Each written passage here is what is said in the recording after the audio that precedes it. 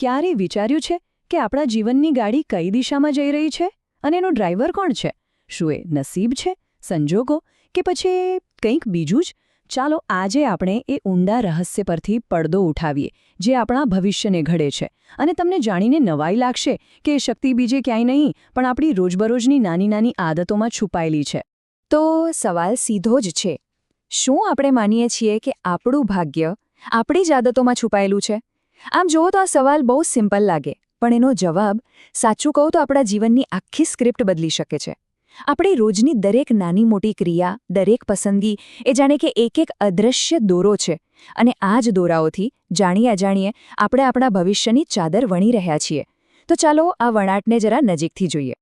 જીવનમાં ક્યારેક એવો તબક્કો આવે છે, ખરું ને, જ્યારે એવું લાગે કે આપણે એક જ જગ્યાએ અટકી ગયા છીએ, જાણે એક જ ગોળ ગોળ ચક્કરમાં ફસાયા હોઈએ, અને એ જ ભૂલો ફરી વારંવાર કર્યા કરીએ છીએ. એવું કેમ થાય છે? અંદરથી તો બદલાવની કેટલી તીવ્ર ઈચ્છા હોય છે. આપણે નક્કી કરીએ છીએ કે બસ કાલથી વહેલા ઉઠવું છે, વધારે મહેનત કરવી છે, હેલ્ધી રહેવું છે, પણ જેવી સવાર પડે કોઈક અદૃશ્ય શક્તિ જાણે આપણને પાછા પથારીમાં ખેંચી લે છે.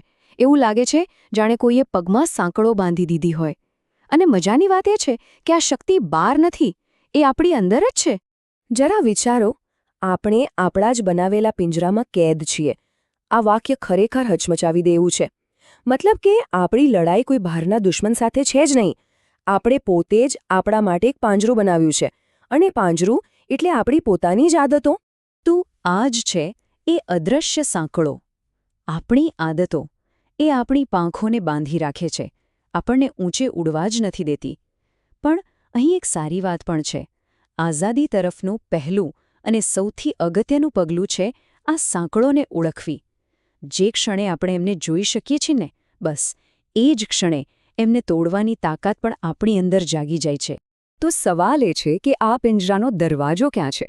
આ સાંકળો તૂટશે કેવી રીતે? સારા સમાચાર એ છે કે આનો જવાબ હવે આપણી પાસે છે, અને એ જવાબ વિજ્ઞાન લઈને આવ્યું છે. ચાલો તો હવે એ સમજીએ કે આપણું મગજ આ પરિવર્તન માટે કેવી રીતે તૈયાર જ બેઠું છે. વિજ્ઞાન આપણને એક જાદુઈ શબ્દ આપે છે, ન્યુરોપ્લાસ્ટિસિટી. હવે આ શબ્દ ભલે ભારેખમ લાગે, પણ એનો અર્થ બહુ જ સરળ અને શક્તિશાળી છે. એ કહે છે કે આપણું મગજ કોઈ પથ્થરની લકીર નથી, એ તો ભીની માટી જેવું છે, જેને આપણે ઈચ્છીએ એવો આકાર આપી શકીએ છીએ. આપણો દરેક નવો વિચાર, દરેક નવી આદત આપણા મગજમાં એક નવો રસ્તો બનાવે છે. પણ સવાલ એ છે કે આ નવો રસ્તો બને કેવી રીતે, અને એમાં સમય કેટલો લાગે? આપણે બધાએ પેલી 21 દિવસવાળી વાત તો સાંભળી જ છે, બરાબર ને? પણ સાયન્સ કંઈક જુદું જ કહે છે. 2009માં યુનિવર્સિટી કોલેજ લંડનમાં એક ખૂબ જ રસપ્રદ સ્ટડી થઈ, અને એના પરિણામે આ 21 દિવસના જાદુઈ આંકડા પર એક મોટો પ્રશ્નાર્થ લાગી ગયો. સત્ય કંઈક અલગ જ નીકળ્યું. 66 દિવસ! જી હા, એવરેજ 66 દિવસ. આ છે સાચો આંકડો.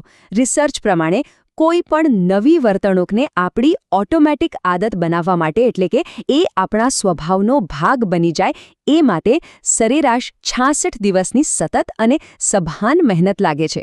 તો પછી આ 66 દિવસ કરવા શું? બહુ સિમ્પલ સ્ટેપ્સ છે. પહેલું, એક સમયે બસ એક જ આદત પર ફોકસ કરો. બીજું, એને રોજ પૂરા ઇરાદા સાથે પ્રેક્ટિસ કરો. ત્રીજું, એ નવા રસ્તા પર વારંવાર ચાલો. વિચારો કે કોઈ ઘાસવાળા મેદાનમાં રોજ એક જ જગ્યાએથી ચાલીએ તો શું થાય? ધીમે ધીમે ત્યાં એક કેડી બની જાય છે, રાઈટ? બસ આપણા મગજનું પણ એવું જ છે. વારંવાર એક જ કામ કરવાથી ત્યાં એક પાક્કો મેન્ટલ હાઈવે બની જાય છે. તો વિજ્ઞાને આપણને કેવી રીતે કરવું એ તો બતાવી દીધું, પણ શા માટે કરવું? આ સવાલનો જવાબ સદીઓથી આપણને શાશ્વત શાણપણમાંથી મળતો આવ્યો છે. ચાલો હવે જોઈએ કે આજના સાયન્સ અને આપણા પ્રાચીન જ્ઞાનના તાર ક્યાંક જોડાય છે કે નહીં.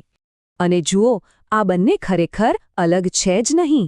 વિજ્ઞાન આપણને એક ટૂલ આપે છે કે મગજમાં નવો રસ્તો કેવી રીતે બનાવવો, અને આપણું શાણપણ આપણને કંપાસ આપે છે કે એ રસ્તા પર શા માટે ચાલવું, કઈ દિશામાં ચાલવું. અંતે તો બંને એક જ મંઝિલ તરફ ઇશારો કરે છે. યોગ ઋષિ પંડિત શ્રી રામ શર્મા આચાર્યજીના શબ્દો જુઓ. આદતો જ મનુષ્યના ચરિત્રનું નિર્માણ કરે છે, અને ચરિત્ર જ તેના ભાગ્યનો નિર્માતા છે. કેટલી ઊંડી વાત છે.